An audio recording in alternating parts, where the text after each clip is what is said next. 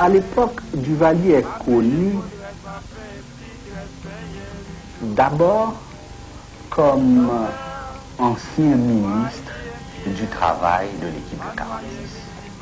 Il est connu aussi comme médecin de campagne qui a aidé à soigner les paysans contre une maladie qu'on appelle le pian, une sorte d'ulcère dont souffrent beaucoup les masses paysannes haïtiennes. Et il est connu aussi comme intellectuel qui a publié des livres sur le vaudou, sur la lutte des classes. Et il jouit sans conteste d'un certain prestige dans la société haïtienne. Et il est même vu comme un personnage humble, inoffensif, que certains politiciens et certains militaires croient pouvoir manipuler. Et cependant, il jouait très bien son jeu, on verra ça plus tard, mais avec l'aide déterminante d'officiers de l'armée qui menaient le jeu pendant cette longue campagne électorale, avec le soutien de l'ambassade américaine, Duvalier va prendre le pouvoir en septembre 1957. D'ailleurs, je dis prendre le pouvoir parce que pour y arriver, il a fallu que l'armée y mette le paquet. Éliminer un candidat à l'époque qui avait la présidence provisoire et réprimer par un bain de sang la résistance de certaines couches populaires de Port-au-Prince, et le 22 septembre 1957, Duvalier devient président. Haïti chérie, il faut payer, passer ou d'emploi. Haïti chérie, c'est un cadeau, mon vieux baron. Haïti chérie, pour son cœur pour toute la vie. Haïti, Haïti, pour rêver pour toute la vie. Haïti, Haïti, ma pourrie.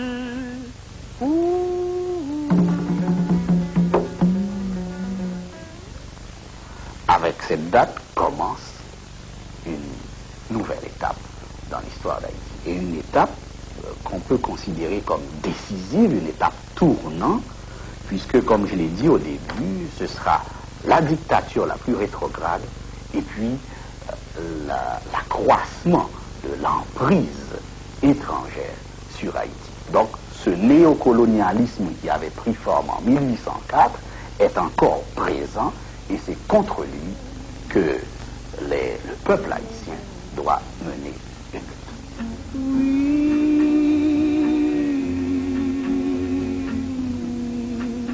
Je crois que Duvalier et son équipe ont été traumatisés par l'expérience de 1946, par le fait que l'armée ait pu éliminer le pouvoir du président estimé en 1950. Et ils se sont rendus compte donc que le mécanisme mis en place par les Américains, avec comme pièce maîtresse l'armée, fonctionnerait toujours de façon harmonieuse tant que l'armée garderait le monopole de la violence. D'où son objectif premier, briser ce monopole. Et pour briser ce monopole, comme dans tout régime de dictature, comme dans tout régime fasciste, il a pensé à construire son propre système de violence. Un corps de répression qui dépendent de lui seulement. Comme les SS de Hitler, par exemple, ce sont les tontons macoutes. Les tontons macoutes, donc, c'est la police secrète et la force de répression qui dépend personnellement de Duvalier et qui a pour fonction de le maintenir au pouvoir en empêchant l'armée, aux ordres d'autres politiciens ou aux ordres de Washington, de faire un coup d'État.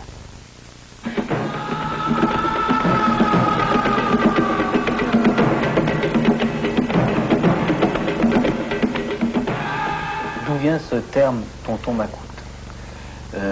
On peut expliquer ça bien simplement.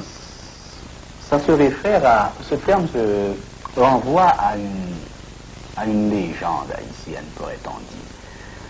La macoute, c'est un sac de paille que porte le paysan, dans lequel il met des outils, il met un épi de maïs, sa pipe et quoi que ce soit. Donc il porte une macoute, qu'on appelle aussi une djacoute. Donc disons une macoute. Et dans la légende haïtienne, il y a un tonton macoute, c'est un personnage légendaire qui sert à faire peur aux petits-enfants qui ne sont pas sages. S'ils ne sont pas sages, s'ils ne vont pas au lit avec discipline, ils seront emportés par le tonton macoute. Dans moi qu'elle écoutait,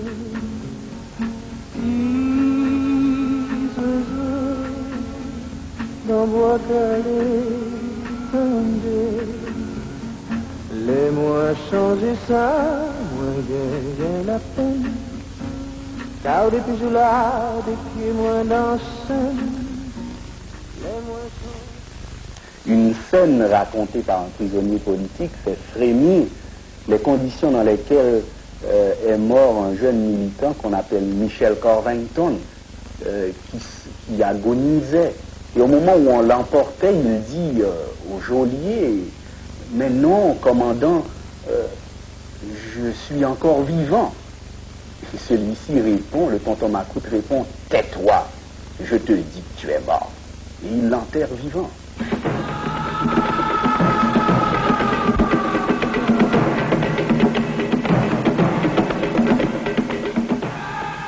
Le gouvernement des Duvalier, c'est une dictature et une dictature féroce. Je pense qu'il faut insister là-dessus parce que, bien que cet aspect-là soit l'aspect le plus connu de la dictature des Duvalier, néanmoins l'opinion internationale le présente souvent sous une forme que je dirais folklorique, un petit peu exotique. Il y a une petite nuance, je crois, de paternaliste et même de racisme là-dedans. On dirait une grosse affaire pas sérieuse, une affaire comique, une affaire de nègre, qu'on ne comprend pas parce que c'est entouré de vaudou, de mystère. Or, ce n'est pas mystérieux, on peut comprendre cette répression qui dure en Haïti depuis 18 ans. Pour prendre le pouvoir, Duvalier a compté en grande partie sur des officiers de l'armée. Des officiers de l'armée qui lui ont permis, à ce moment-là, d'écarter ses principaux rivaux et de devenir président de la République en 1957.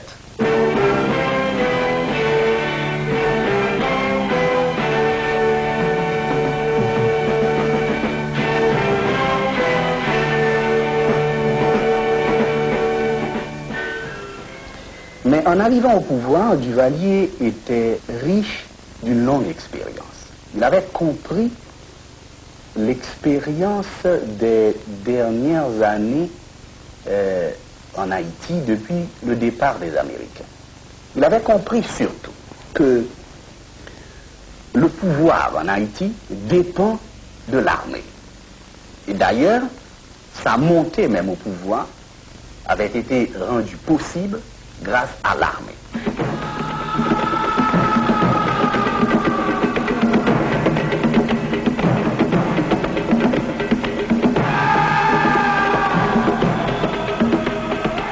Cette expérience, il l'assimile et il en tient compte.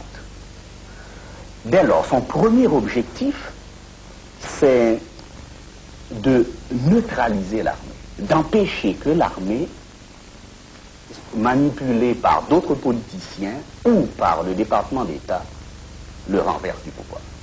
Et pour cela, il construit un corps de répression, le sinistre corps des tontons Macoute.